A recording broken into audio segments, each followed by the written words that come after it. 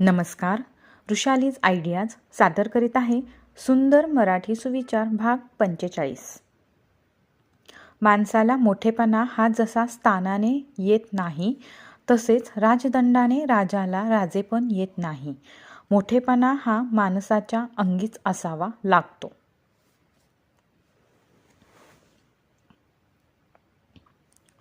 मत्सराने कोणीही श्रीमंत होत नाही. मत्सर आणि क्रोधाने आयुष्य कमी होत असते.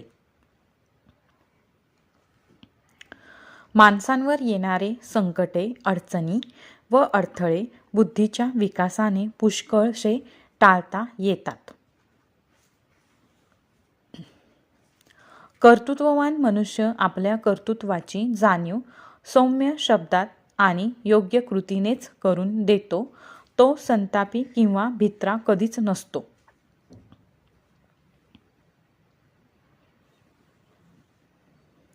जे नावाडी, कुशल व कार्यक्षम असतात त्यांना समुद्रावर वाहणारे वारे आणि लाटा सहाय्य करतात. कार्यक्षम माणसांना निसर्ग मदत करतो.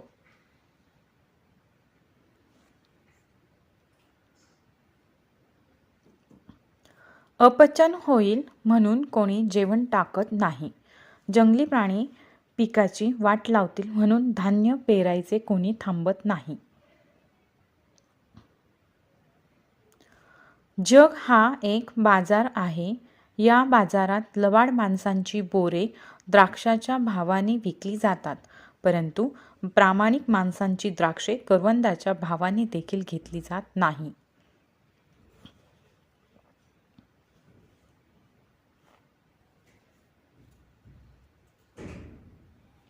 आपली चूक कबूल करण्यात माणसाला शरम वाटत असेल तर ती चूक मुळात करताना शतपट शरम वाटली पाहिजे.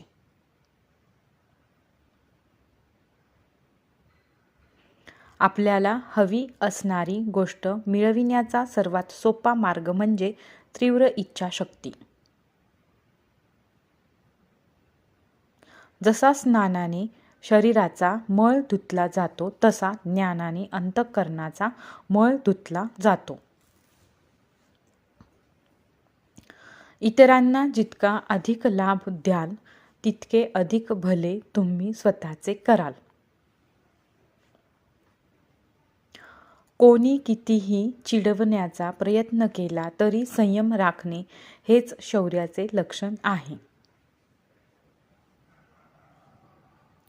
केवळ ढीगभर पुस्तके वाचून ज्ञान साठवणे